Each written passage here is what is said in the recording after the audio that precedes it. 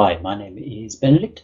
In part 4 of this series on making and understanding drum sounds, I looked at completing our kit with the more esoteric and production elements. So we ended up with a full kit, which was kick, snare, hi-hats open and closed, or closed and open as the case may be, a pair of bongos, some toms,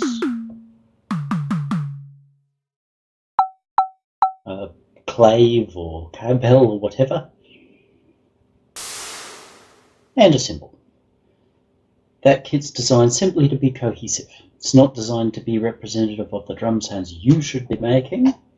That's a path you don't want to go down, but to be cohesive. There's no point having a drum kit that doesn't sound like they might belong together in the same space, because you're going to have trouble balancing, have trouble creating groove. Now, groove's something I am going to talk about this. Yay goes Travis. Whether that's what you think you're going to hear or expecting to hear is going to be a whole other thing. The first thing about groove is to understand that it's made up of many, many elements. And there's not a exact thing that you do to make a groove.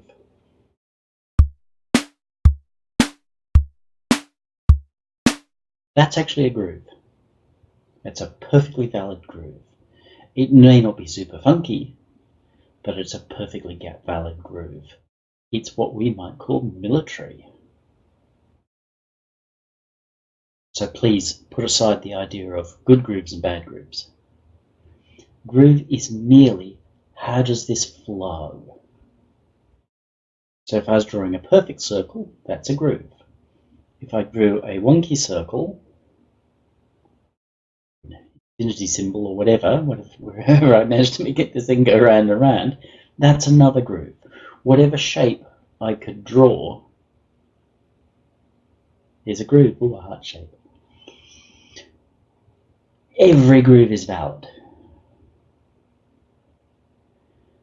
I want you to really challenge yourself with that, because in the last 20 years I've seen stuff narrow down so much, and it's so bad now, and I do mean the bad, in the sense that people are defining and saying my whole genre, it's a subgenre or a sub-subgenre, I'm sorry, but my sub-subgenre is based purely on where I put a particular sound. So if I move my drum sounds 2 clicks to the left, ooh, I created a whole new genre. No, you did not. A genre is not based around an exact groove. Many reggae tracks are the offbeated thing. But there are plenty of reggae tracks that don't really push that. And there are plenty of tracks that belong probably more in rock or even pop that use that, but they're not hardcore reggae. So please throw away the idea that to be part of a genre, you have to put your snare exactly in that spot. It can't be 2 ticks to the left or 2 ticks to the right. It's got to be exactly there. That is a pile of shit. Big steaming turds to suggest that genres are by putting things in a particular place, and then if you put them somewhere else, you've either failed in your genre, oh, what a pile of crap, or you've created a whole new genre, what a pile of even bigger crap. The whole thing with rock, remember that came from rock and roll. Rock and roll is relatively narrow, it's a dance form. And it has to be that way, otherwise you can't dance to it properly. And I say that as a former rock and roll dancer, and I hate when people go, oh, but look, it's a rock and roll song, and they'd be playing it wrong, and you'd be like, yeah, I'll come back when you've learned to play rock and roll. Rock was about taking some of the cool things that we learned out of rock and roll and applying that attitude very broadly. So it allowed us to play anything from rock and roll and rockabilly type stuff, crazy little thing called love. That's rockabilly. Only it's played as rock. It's played flat, straight, so it becomes more rock than rockabilly, but it's still essentially a rockabilly song. Another Queen one's Man on the Prowl, rockabilly song. There's plenty of them. Tie a Toe in the Line, Stray Cat Strut, of course, that is rock and roll. It's played like rockabilly, but it still fits within the rock canon. So we can go from using elements of those core styles right the way through to using complete orchestras. Deep Purple's Concerto for Band and Orchestra. It's a rock record. People these days will go, oh look, they used strings, therefore it's orchestral. Piss off. Just grow the fuck up. It's a rock record. It's got an orchestra playing, but it's not an orchestral record. Because it's not Mozart, it's not Mahler, it's not Beethoven. It's not classical music, it's not an orchestral record, it's a rock record.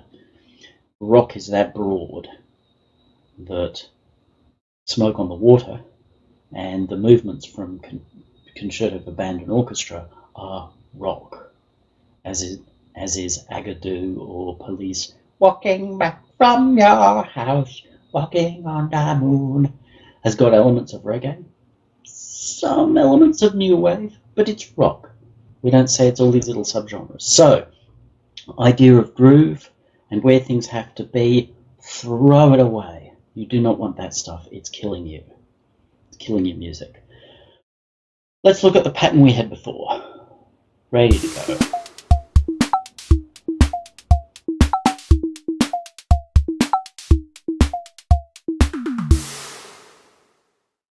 That's groove. It's a pattern. We've used all of the sounds that we created in our little kit. It's cohesive. It sticks together. Really important. Remember, as I said before, if it's not cohesive, you can't have a groove.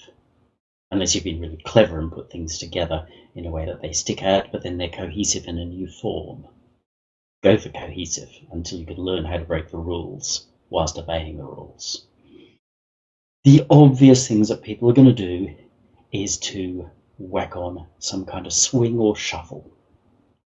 Now, understanding shuffle is really important, and I see plenty of people who don't. Here's basically what shuffle does. It takes every second note and moves it. Let's make this nice and big. So that's rigid time. Let's just loop this here. And also, let's just have them solo. Not much fun. Very machine gun. If we were to take every second note and move it,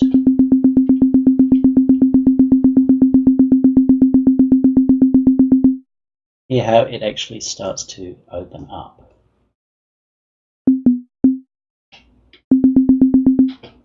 Let's actually just make this block a little different. Actually, no, I'll start again. It's going to be easier. Easier to start again and get it right. Rather than using sixteenths, now I've used sixteenths there, excuse me, which are the common thing that most shuffle things do, but let's use eighths. It's going to be easier for us to hear this like it's coherent without the immediate machine gun. So let's take every second one of these. Start at the beginning. Sorry, I got a headache, so the brain's not working perfectly at the moment. So that's our pattern. If we now shuffle that,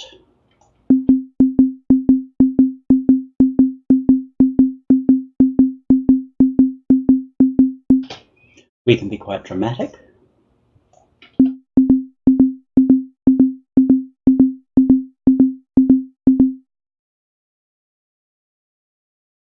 We can be really subtle.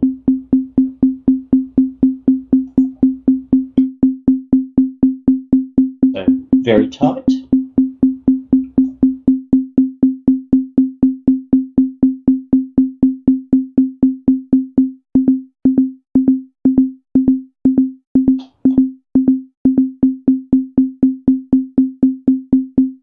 We can also shuffle early.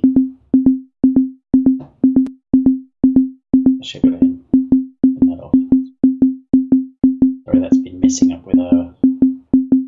timing a little bit.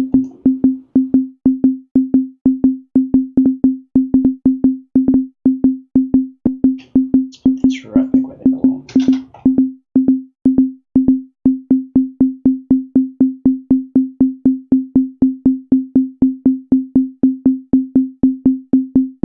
Okay, now you can hear it a lot clearer. Because I was quantizing it. I didn't mean to be, but I was quantizing it. So here how we've got a different, and that can be fairly subtle, from kind of spot on right the way into the ridiculous, and we can run early. So that's using an eighth. Eighth notes and eighth notes triplets were what was most common in swing music, and that was part of why it was called swing, because it had that off-kilter swinging. In your DAW, digital audio workstation, most commonly you will find that it's locked to grooving, to swinging on sixteenths. So your first sixteenth, and then your second one's the one that's moved around.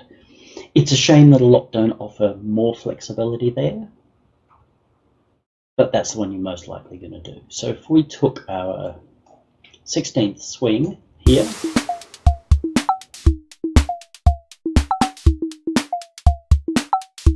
we can start to hear it.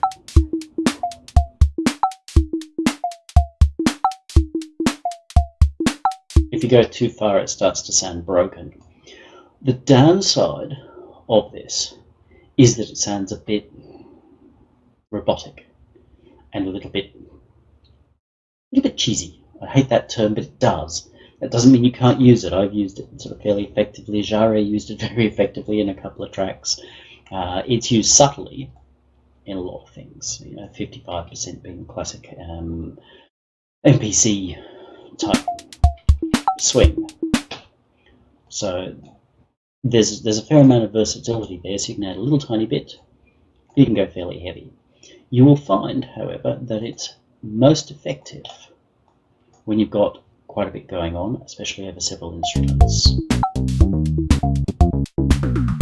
So if we add ourselves a bass line, and this is a funky sort of a bass line in a Benedict kind of a way. Again, I'm not saying it's a good bass line, it's just a bass line designed to be kind of funky and off-kilter here and there, a lot of syncopation and what have you.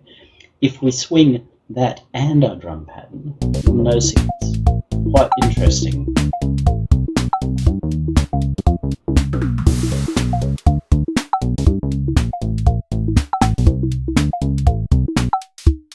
So the drum on its own, swing's not doing a lot, in part because there's not a lot on those off sixteenths. But as soon as we add in something else,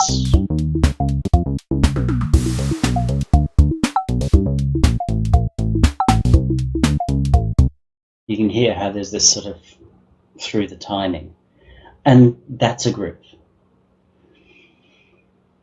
Don't be afraid to use them. Straight swings I'm not big on. As I say, sometimes I use them and I use them for effect, so I'll use them a bit heavy-handedly. Not a big fan of them otherwise. Now let's look at how we tend to start actually composing things most of the time. We'll start with the thing that we see most commonly. Hands up everyone who starts their piece this way. Yeah. I think if you haven't got your hand up, there's a fair chance you're fibbing. Doesn't mean you shouldn't, but if everybody in this room is starting their drum pattern this way, is this the wisest place to start? Is this the wisest way to write unique music? I'm going to go with a big NO on that one, because while it may be popular to hear a over and over, it's also got to be losing credibility, because what's interesting about it? And I know you say it's the stuff you do on top, but hey, do you have to do it that way? Anyway, the most common thing that people will do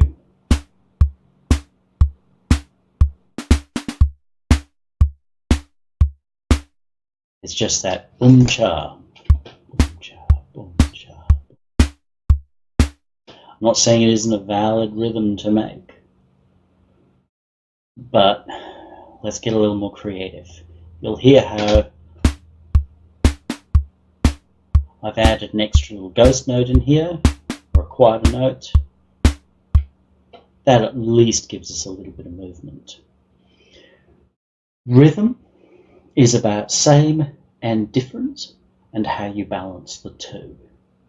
If it's always all the same, which is my complaint with the incessant 4 on the floor, always the same, the brain turns it off. It just goes, yeah, I know what's going on there, I'll just switch that off. I don't need to waste processing information on that. So that's why you want to add in variety. Commonality, if our kick drum was boop,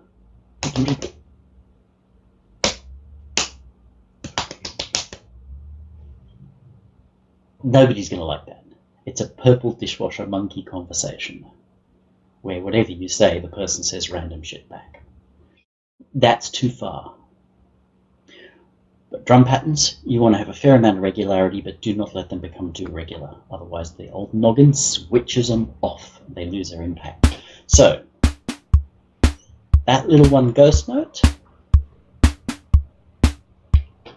the brain goes, oh, that was a little different. If you think that's where you're going to stop, please don't, because that's lazy. That is not enough movement. Let's double the length of our pattern.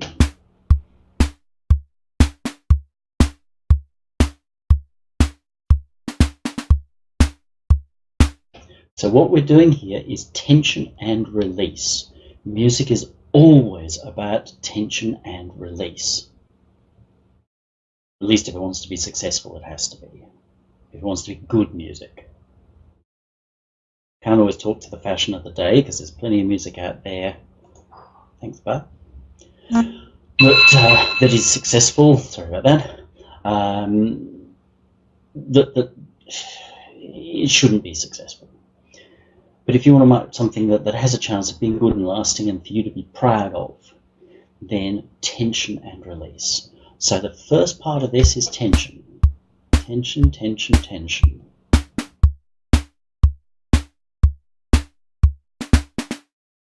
Because it keeps doing the same. It's saying, I'm going to do something different. If you keep doing the same and never do anything different, there's only so far you can build tension up. Like a rubber band, there's only so far you can pull it before it breaks.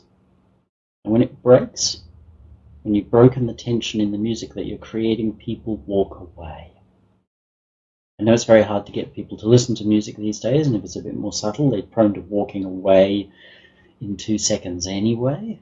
And so I do understand why people write it so badly, but is that a good idea? Is that the right thing to do? I say no. So, build tension, but you've got to fairly regularly release that tension, because that release of tension is that point where people go, and that's part of your job as a musician. You need to entertain people. Doesn't matter whether you're writing death metal, doom metal, the most miserable stuff on the planet. You've still got to have that point where people go, yeah. Because if you don't have it, you just break the rubber band and everyone leaves the room. So, basic tension and release is an important part of groove.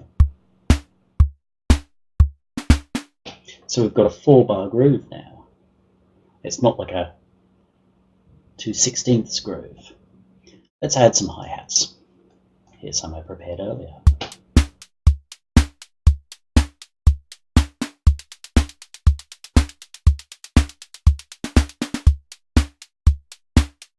Really machine gunny, but hear how we've got some on the same beat, like on our kicks, some on our snares. The ones in between add a little something. So just here,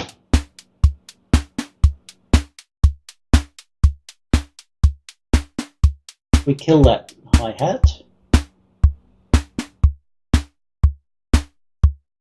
It's not as exciting as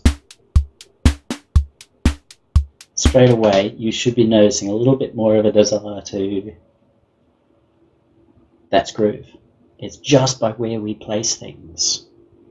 The second half of this, I stole this actually from an In Excess song. It's actually a lot better because they had a real drummer, but this is where I stole the idea from.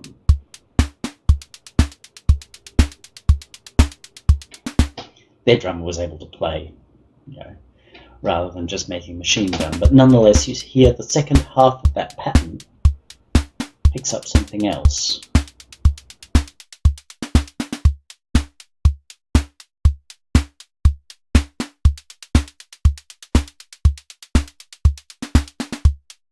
So it's actually building up more tension to come to our release here. I'm not saying that's great, but this is the classic stuff that we do. Now we can swing this.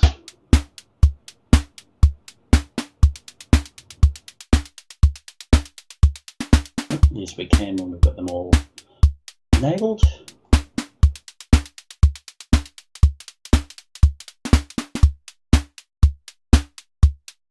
So you can really hear how that bites when we have more happening every 16th.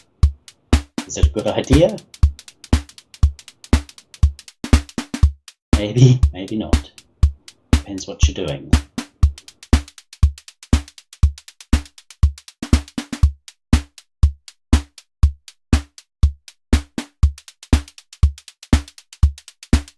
It doesn't take a lot, it just adds a little bit more something to it.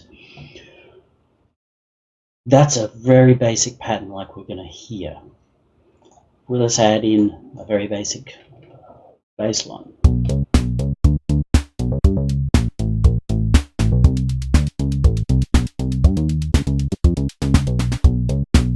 Again, hear how that bass line has call and response, tension and release. Let's swing it.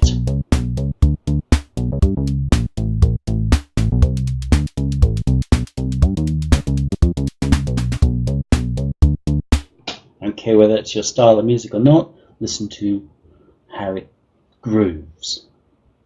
That's just with a swing, which is very mechanical. It's just not how you do it in the real world.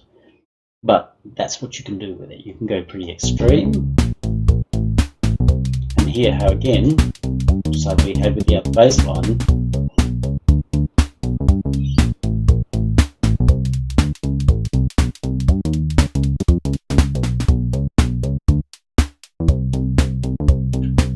actually they're the wrong way around. I've got them the wrong way around, which is very easy to do, especially since my brain isn't working very well. This is the sequence one. Let's turn.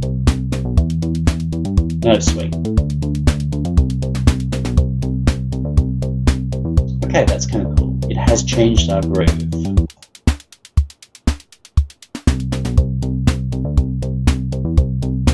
So it's the interplay between these two things that creates the groove. And that's, I say that again, what's creating groove here is the interplay between the extra elements. All those elements, how they interact with each other is where your groove comes from. That's the one answer to rule them all. How you get that is entirely up to you.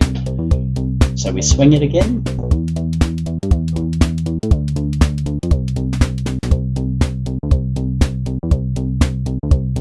Brings in a level of excitement. Whether that's the excitement you're looking for, not the point, but that's what it does. We've got these all assigned, so now we can start to look at what if we humanize, randomize, or introduce slop, as in tell our players to be sloppy.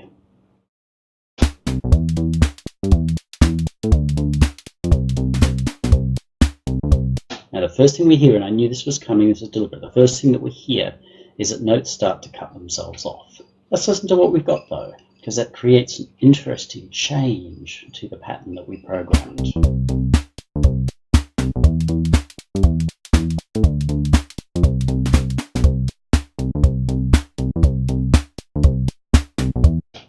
Let me down if there aren't elements of Michael Jackson's Smooth Criminal in there. Not intended, just happened. But what you need to be aware of there is that because this is tending to play the same notes over and over again, where it's moved or swung them, that's actually hanging over into the next one. It's doing a bit of this. And where the notes are the same, it stops the next one from triggering. So I'm showing you this flaw. It's the nature of MIDI. Don't argue with it. Simply because you're going to encounter it, and I'm going to show you how to solve it. You just need to make the notes shorter. So we can either go into here, grab all our notes, and shave a bit off them. That's one way to do it. The other way is to go into something like one of these note lengths, subtract so many ticks off them. Same game. The other one is if you're using this the way I'm using it, which is I've assigned a MIDI pattern, which we'll get into later. You can use the note length impact because I'm feeding it 16th notes.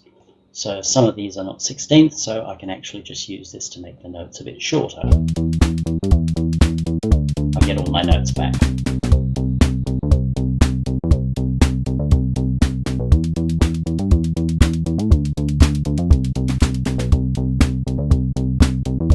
So you can introduce a fair amount of slop before things really start to fall to pieces.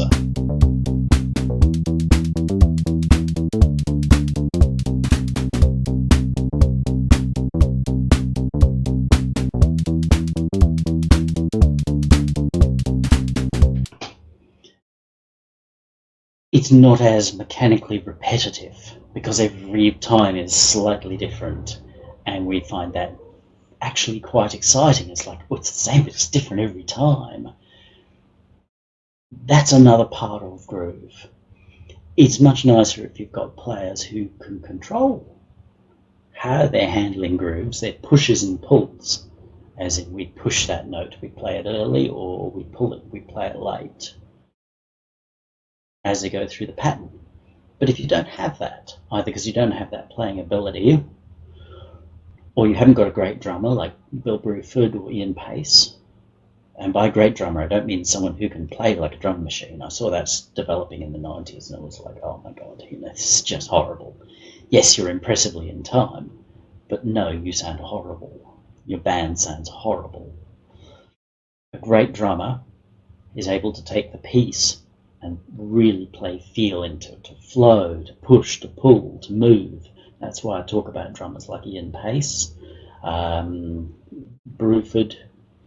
I forget a lot of the names of guys who played with Toto, which was also Boz Gagg's band. A lot of those guys were just tremendous in their feel. The Peace of Pice Brothers, Vinnie and Carmen. These were drummers that everyone wanted to work with. They were just so good as storytellers with their drums, which is where a lot of the drummer jokes come from, because the trouble with most drummers is that they are not good enough to do anything more than blam splat, blam splat, blam splat, blam splat, blam splat, blam splat, and often not even in time. So that ability to play with story is what makes a great drummer when you find one.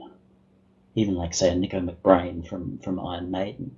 Not the world's greatest drummer, but a darn good one. When you find a good drummer, you keep them close, because most drummers are really terrible. And if you're really terrible, that's okay.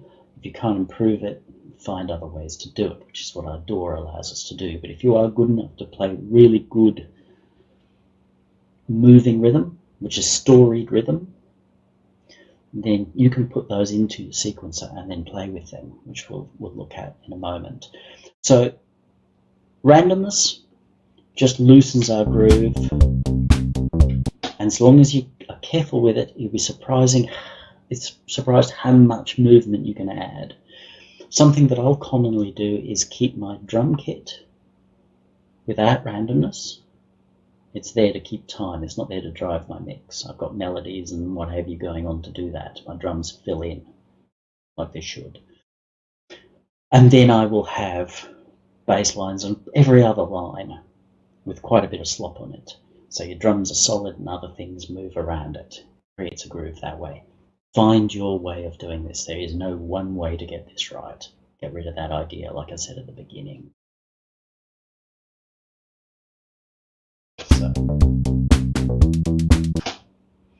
we can go that way. Let's look at a different pattern now. Here's something a lot looser.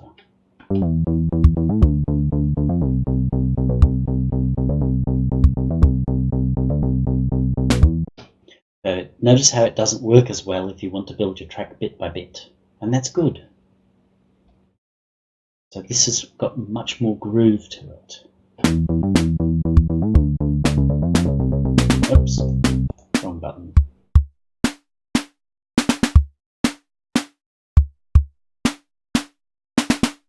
Feel how that rolls, and it's got a lot of movement, a lot of space in it. It's not grooved, it's not pulled. Actually, we'll put that back, let it be tight.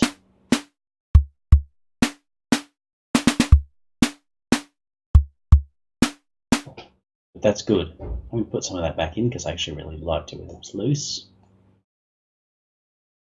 Put that back just so we don't have hassles later.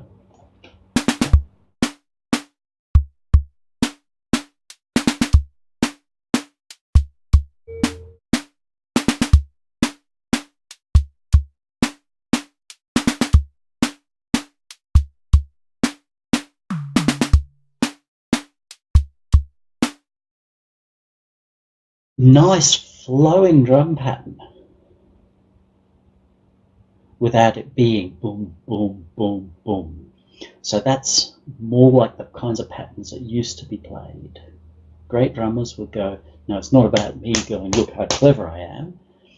It's about creating that flowing movement that works with a pattern. Now see how it works with our two different patterns. Our sequenced pattern,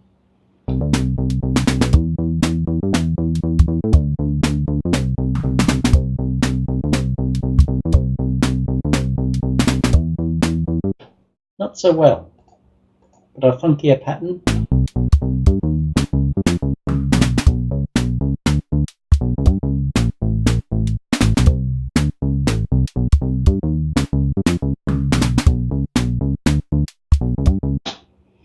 Here, how that interplay between the drums and the bass line, neither of which are great, but just looking at the interplay, how they play together, immediately starts to get a sense of woo, woo, woo, woo.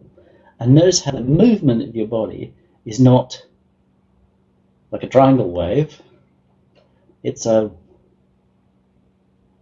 like a real wave. That's your groove. We've got it swung a bit, we've got a little bit of looseness and timing. We can get rid of all of that.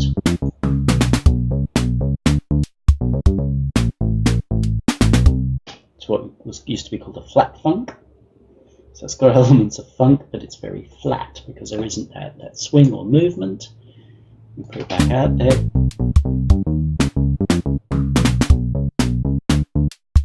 We've got movement. That's where you get groove from, that interplay of elements. Notice how with the rigid sequence line, wasn't so happy. Now let's look at what we can do. We'll go back to our rigid patterns.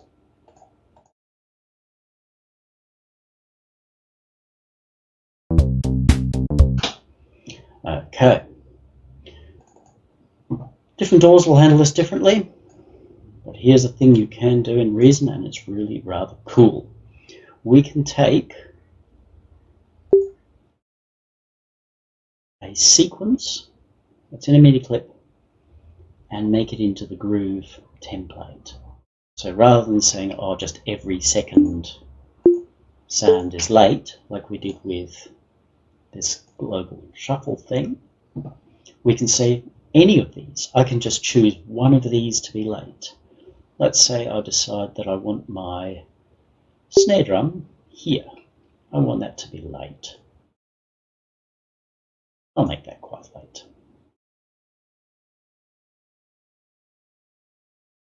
So I'll select that, get from the clip. Let's reset those, which is fine. Now let's listen.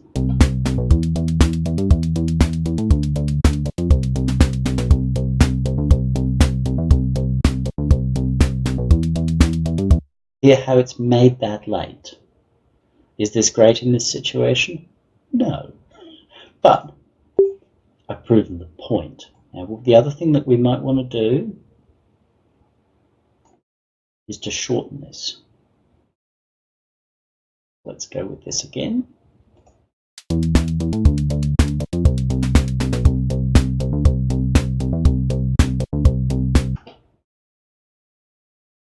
It's not great.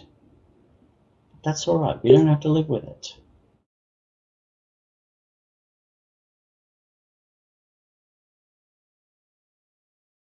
Let's say we're going to make this one a little bit early.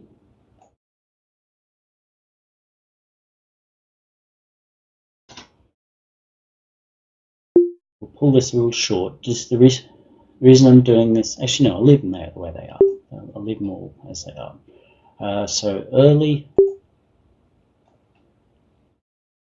and let's take these two late.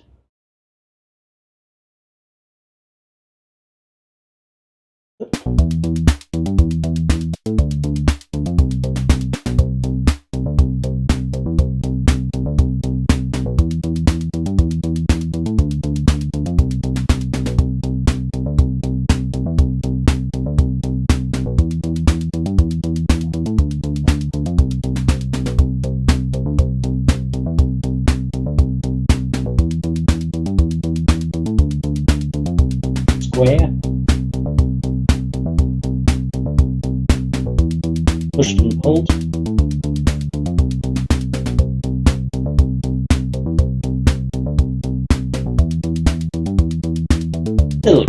little extreme.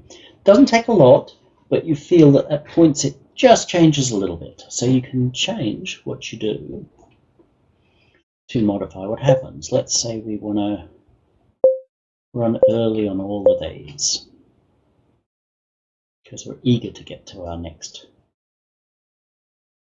drum hit.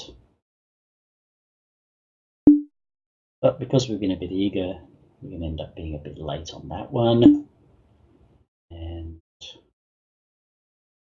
a little bit late on that one. And we'll apply that. We're just shortening our note length so that our bass line doesn't run over itself and we start losing notes.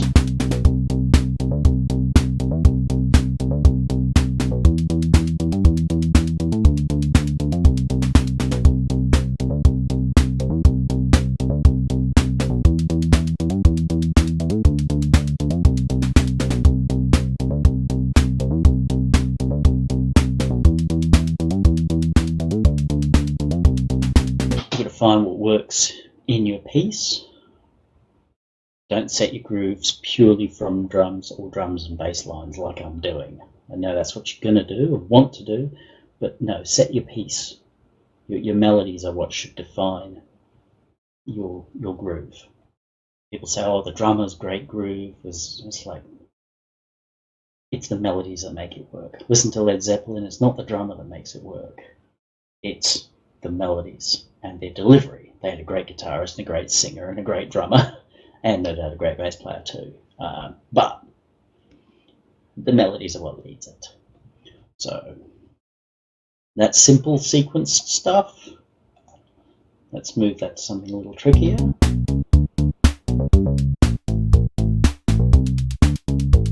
Now you can really hear it. Square.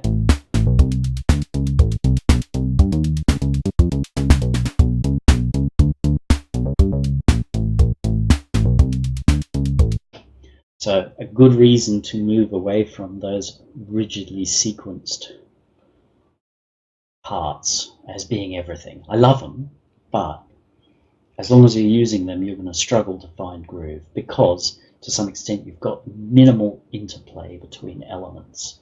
But here how we've done this,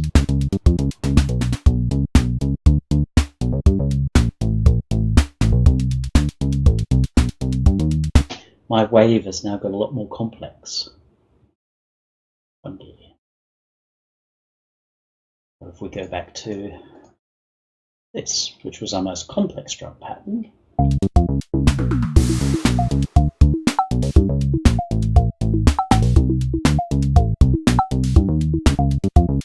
flat, grooved,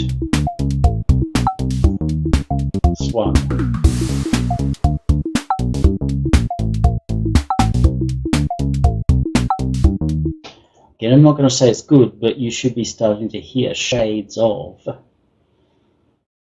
Latin band, Santana, what have you. It's not like Santana, but you should be starting to hear shades of that coming in. So that's how you build groove.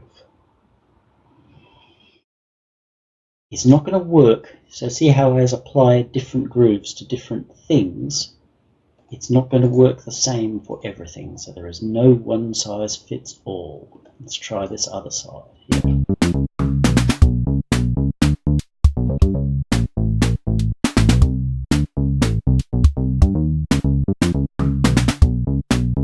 Sounds pretty good. Obviously it needs a lot more in the mix.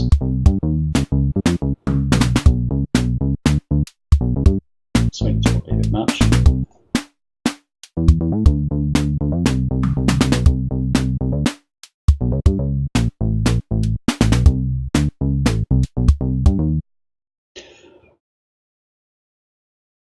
See how it's all subtle.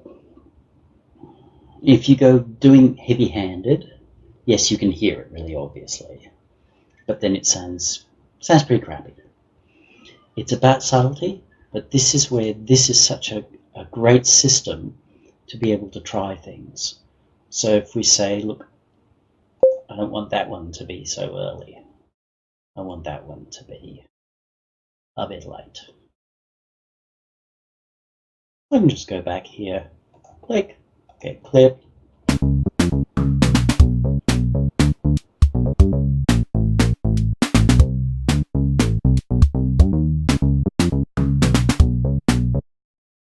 That last tom is a little bit late.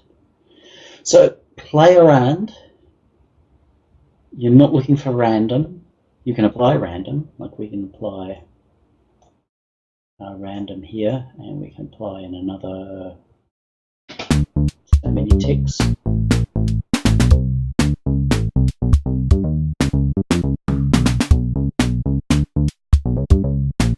we're starting to get really, really kind of loose. You know, it's like, yeah.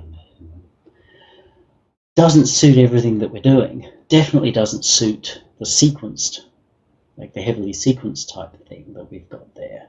So if I'm running an arpeggio through a track where I've loosened everything, I've put a fair amount of slop on everything but the drum machine and possibly the bass, depending on how sequenced it is. If it's a very sequenced kind of a bass, then I will not slop that. But if it's a bass line like we've got here, then I'll slop that. But if I put an arpeggio in the middle of it, which is a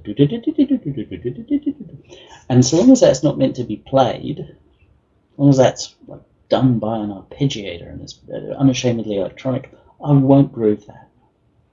If there's a swing, yeah, I'll put the swing on it. Otherwise, it'll be out. Well, occasionally I've done things and allowed them to be out, so they contrast. But generally, you'll start with the swing on it. But I won't necessarily groove it because it will lose the cool things about the roboticness of it, and it won't sound the same. So you've got to try and find what balances. But if you're putting in slop and groove this way, which is a really nice way to do it, requires a little bit of thought, a little bit of trial and error to find the right balance. And as I said again, doesn't work on mechanical stuff. Find which bits that it works well with. If it's not working well with a pattern, you could change this, or you could simply say, hey, this is the wrong type of pattern. If that groove is the right kind of feel, like we've got a pretty good sort of a feel here,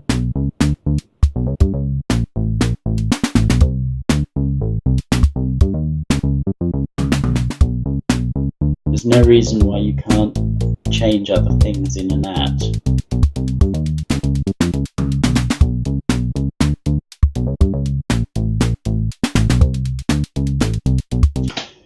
Which is a nice way, a nice outcome of writing your drum parts like this. You can mix and match them and move them around really quite easily. So quite a bit, kind of subtle. Again, not a master of that, but I do understand the thinking that goes behind it. Not everybody who understands the thinking of a thing is necessarily a great practitioner of it. I know people who are great with the theory of things like martial arts, but you wouldn't send them into battle. But they're great at teaching other people who you might then send into battle. So I understand the thinking of it, don't necessarily apply that well because I've got other things I apply better. Just as you find that some of those guys who naturally just have tremendous groove can't necessarily work out how to use their telephone.